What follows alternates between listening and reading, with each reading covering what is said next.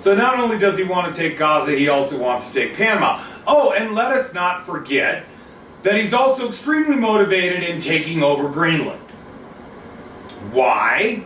Military strategic, massive quantities of untapped mineral deposits throughout Greenland, throughout the island, etc., etc. And why should we take Greenland? Because we can.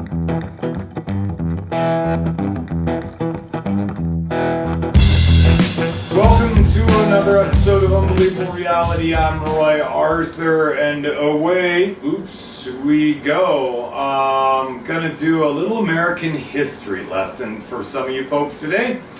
But before we get into that, as usual, I'd like to recommend some literature and for folks to peruse, maybe educate yourself a little bit, learn something, who the fuck knows, let's give it a try.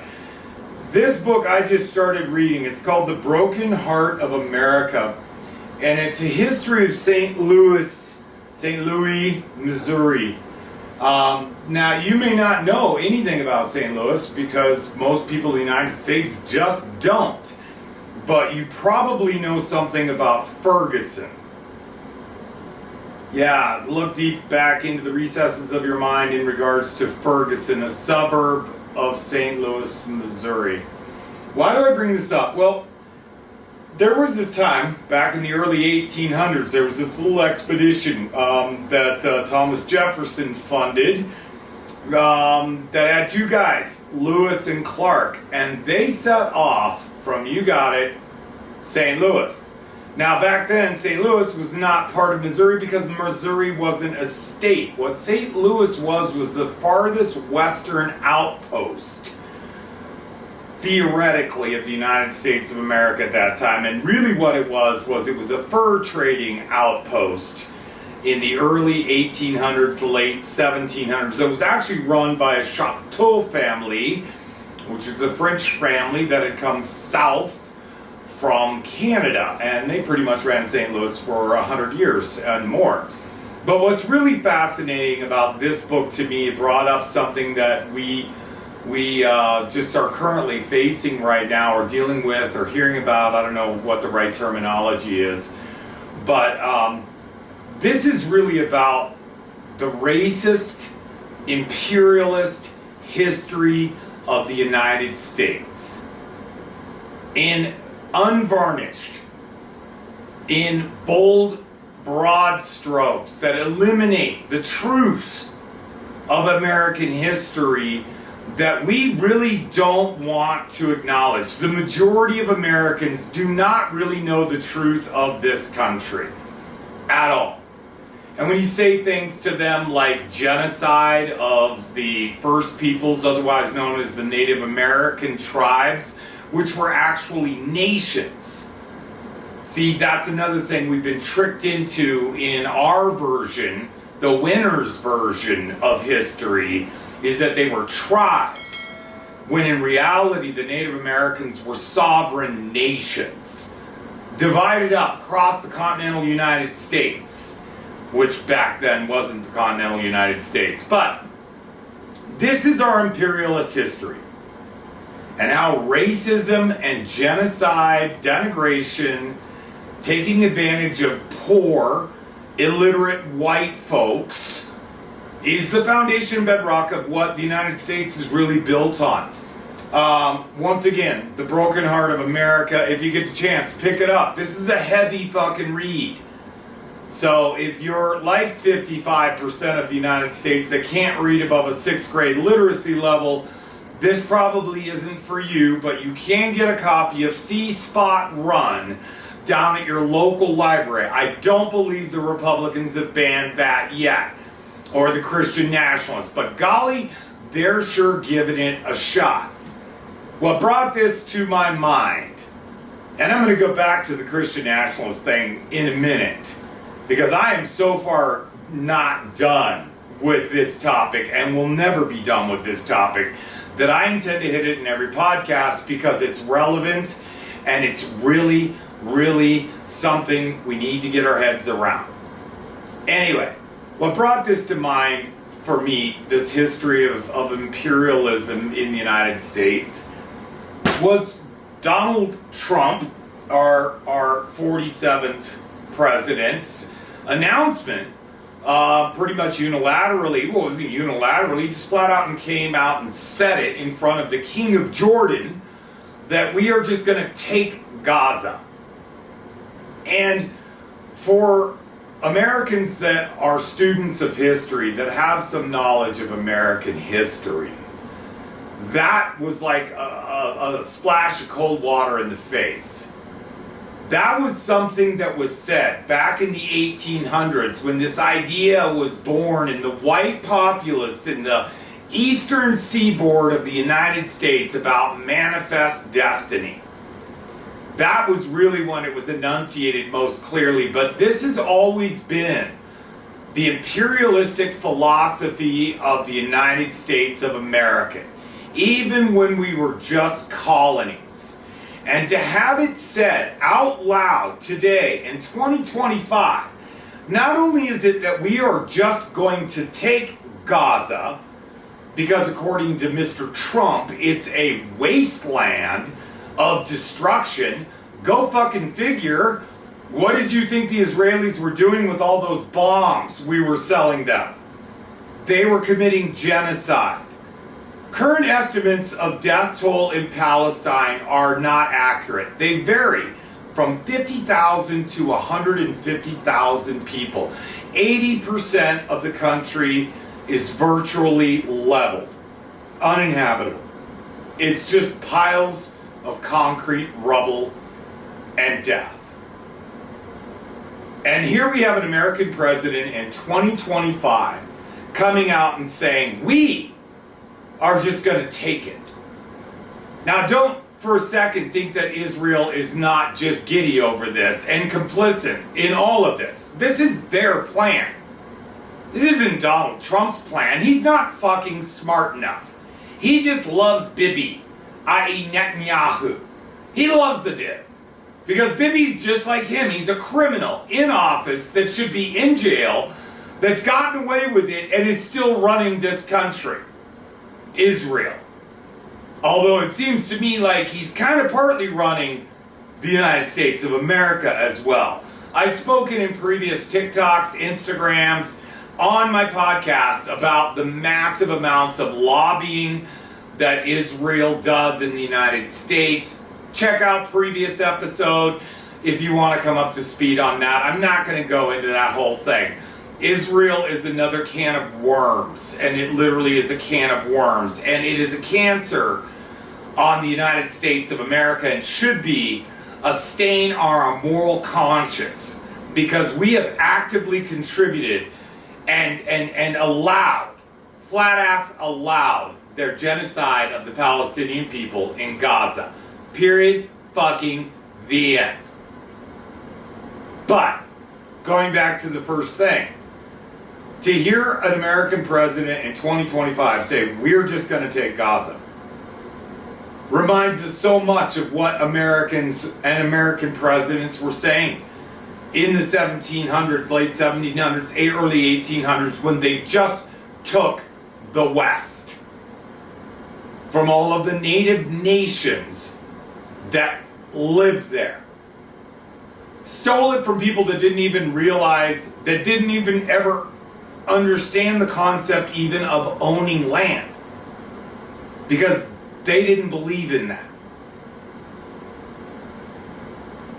Deep thought. How hard is it to steal from somebody that doesn't realize what you're stealing is something they should claim ownership of, but that doesn't exist in their mind because they don't imagine ownership.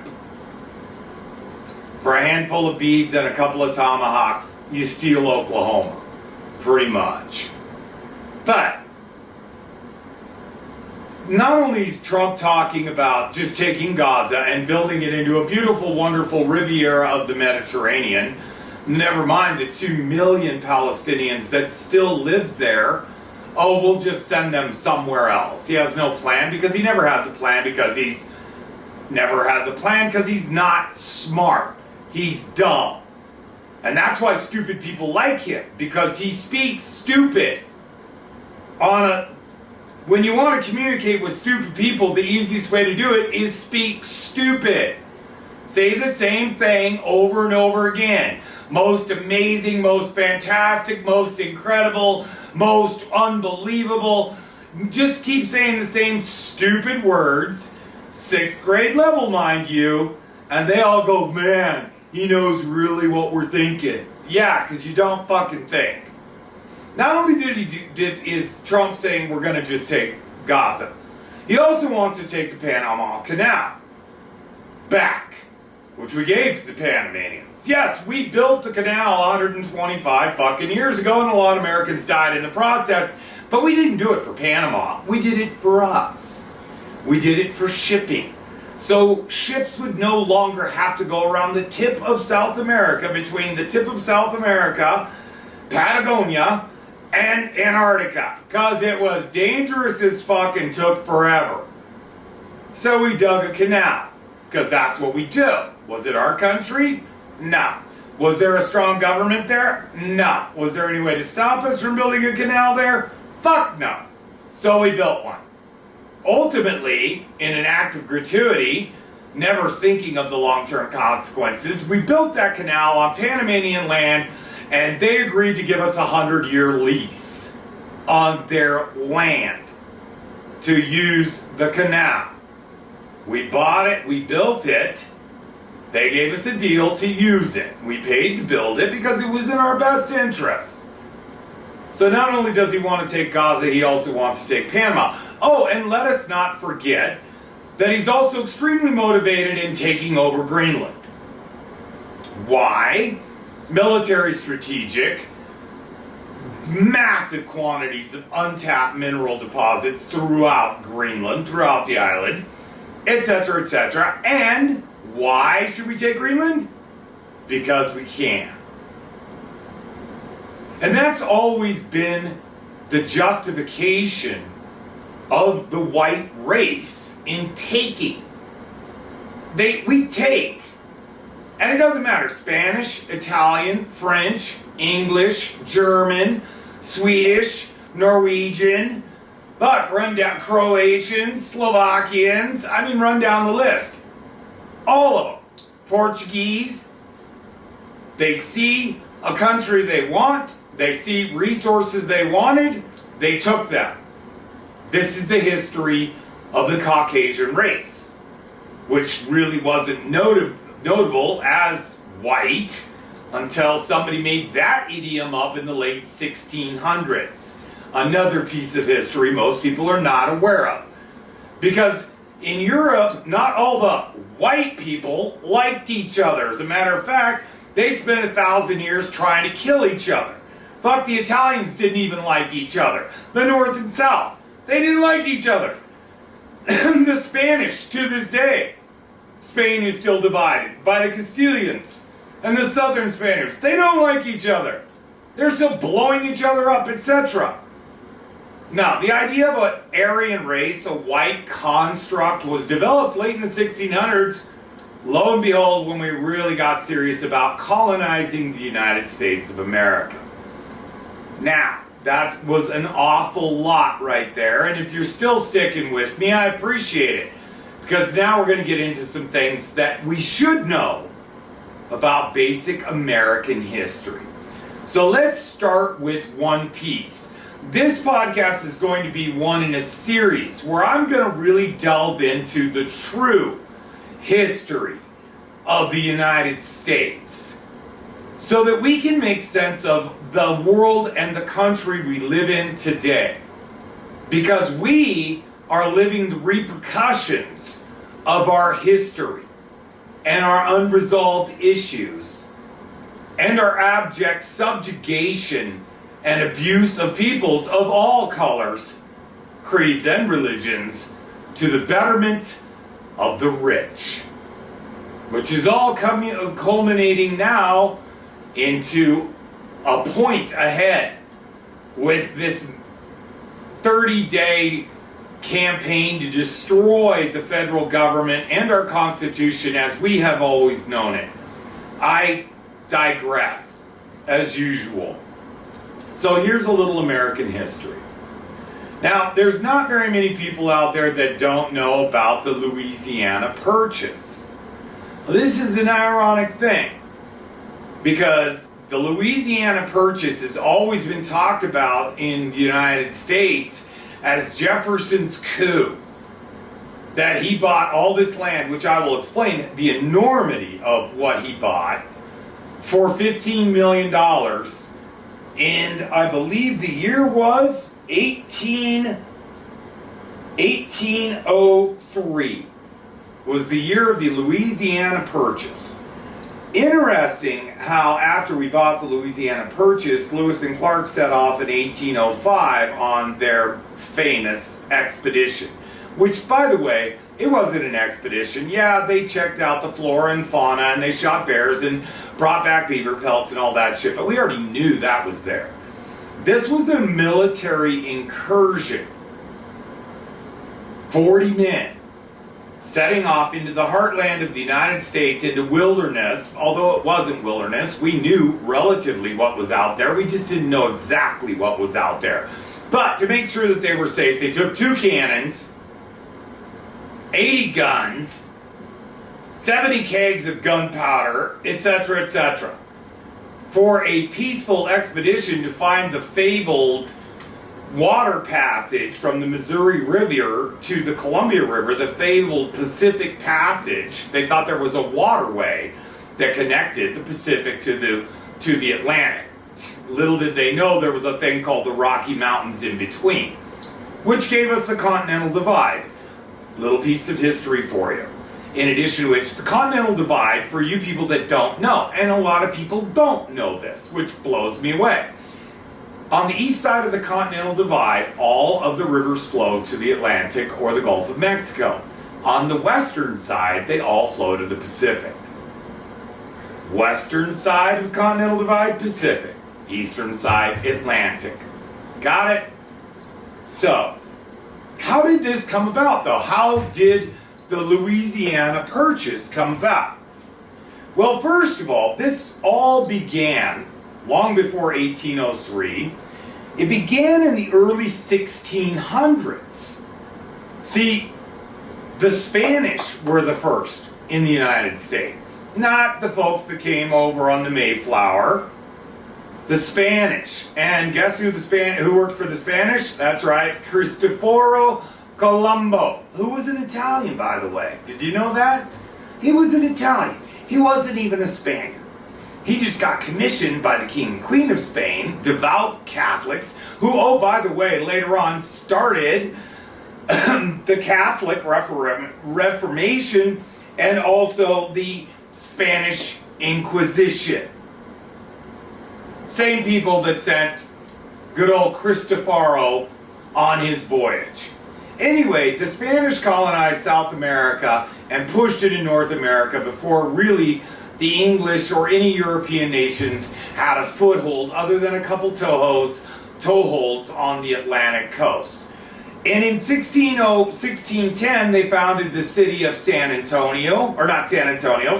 Fe, New Mexico, which at that time was just a little pueblo, and also the oldest city in America, which is St. Augustine, Florida.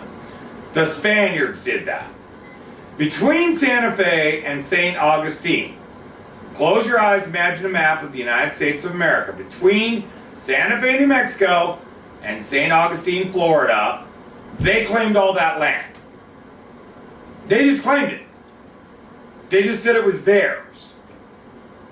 Now, never mind all of the Native American nations that occupied that land, who that land actually belonged to, if they believed in belonging, or owning land, which they did not.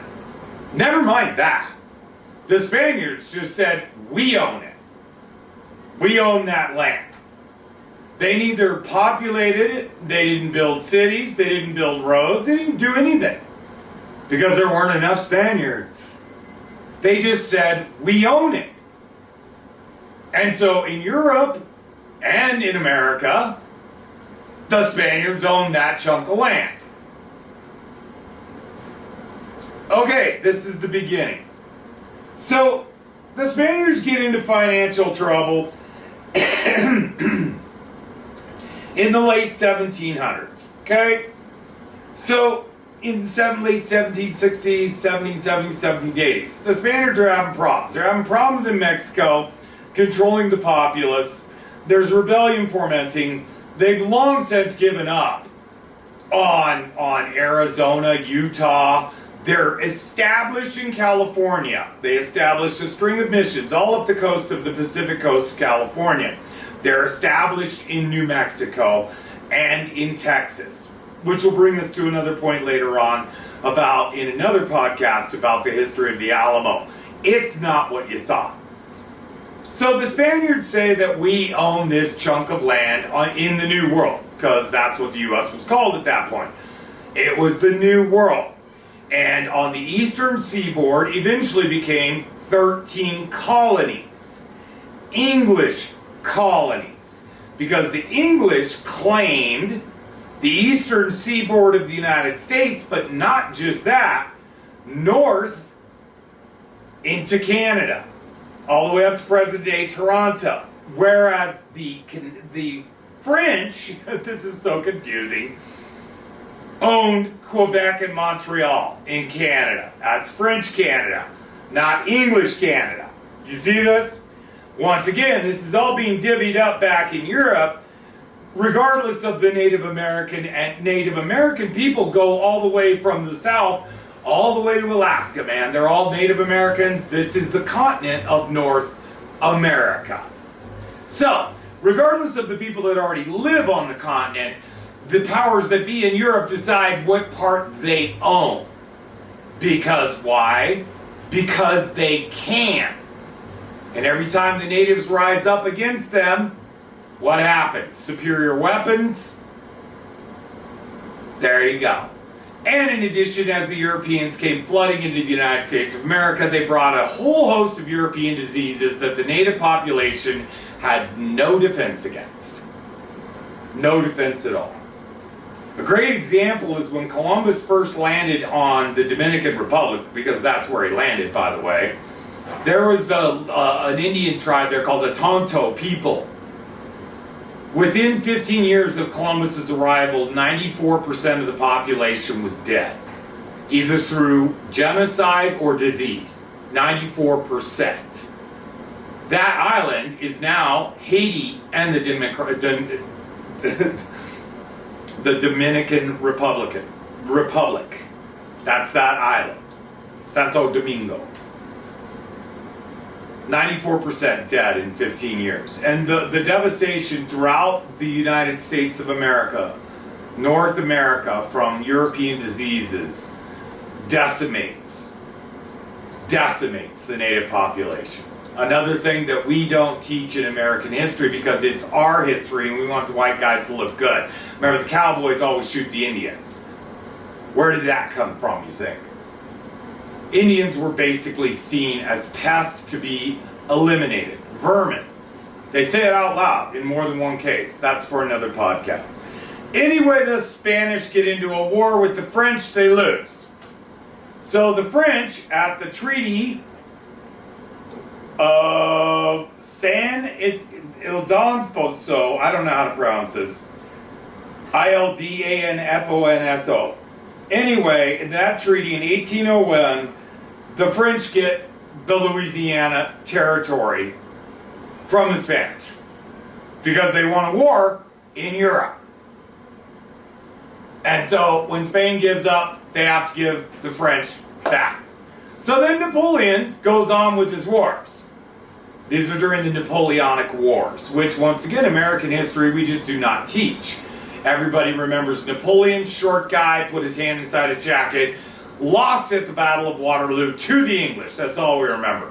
We don't remember all the other shit that Napoleon did. He went to Egypt, he conquered Spain, conquered almost everything all the way to Russia, ended up 200 miles from Moscow. Sounds familiar. Somebody else tried that in the 40s. And guess what? Got froze to death. Somebody else had that happen to them in the 40s too. Oops. By the way, don't fight a war on two fronts. So the French are in a war, the Napoleonic Wars, busy trying to conquer the entire world. That's what conquerors and empires do. This is the Napoleonic Empire. They're in a bind for cash. They run out of money. So here's Thomas Jefferson sitting in the United States. The French own a massive chunk of land here they can't do fuck all nothing with, because other than the city of New Orleans, they don't exist in the United States in the late 1700s. The French presence is non-existent except for New Orleans. So the French make a deal with Thomas Jefferson to sell him what is now called the Louisiana Purchase. What is the Louisiana Purchase? The Louisiana Purchase, the chunk of land that the French, Napoleon, sold to Thomas Jefferson, that was originally claimed by the Spaniards, that none had settled, nothing. Empty land, full of natives, they had no right to say they owned. They sold it to the United States of America, and now we own it. And this section of land goes from basically North Carolina, South Carolina, Georgia, Alabama, Mississippi, all of that to the Mississippi River. All of that land is bought by the United States of America for $15 million. Meanwhile, the native inhabitants of that land that was just purchased by a nation they know exists but they don't really recognize, that has no dominion over them, that land now, the United States says, that belongs to us. And in reality, that is what the Lewis and Clark expedition was for, was to survey all the way to St. Louis and then to go farther west, but to really set the parameters of what was the Louisiana Purchase. What was it we just bought? Because the United States, Jefferson really had no idea what he just bought. He just knew lines on a theoretical, not theoretical, because by then we had a relative idea of what the shape of this continent was, but he had really no idea what was on that land. And that land was to become Missouri, Kansas, Mississippi, Oklahoma, Nebraska. You following me here? Florida Panhandle, I guess Mississippi, Alabama, all the Arkansas, all of that, and into Texas. All of that was the Louisiana Purchase. So it was white people selling land they stole that the people that lived on the land didn't even know had been stolen from them, because they did not recognize the governments in Spain and France and the United States as legitimate owners. It traded hands 3 times in a decade, all the while unbeknownst to the people that actually lived on it. A piece of land the size of Europe, bought by the U.S. for $15 million from people that didn't own it. That is the real truth of the Louisiana Purchase. And what happened after that purchase was the westward expansion of the United States of America over the dead bodies of the Native Americans that had existed on this land for thousands of years, in one form or another. So, to put this in perspective for the average American, and this is just the beginning, because wait, we went on to steal more. I'll get to the Spanish-American War, if you can call it that, in 1823 in another podcast, because that's the continuance of the United States' greed and avarice and westward expansion.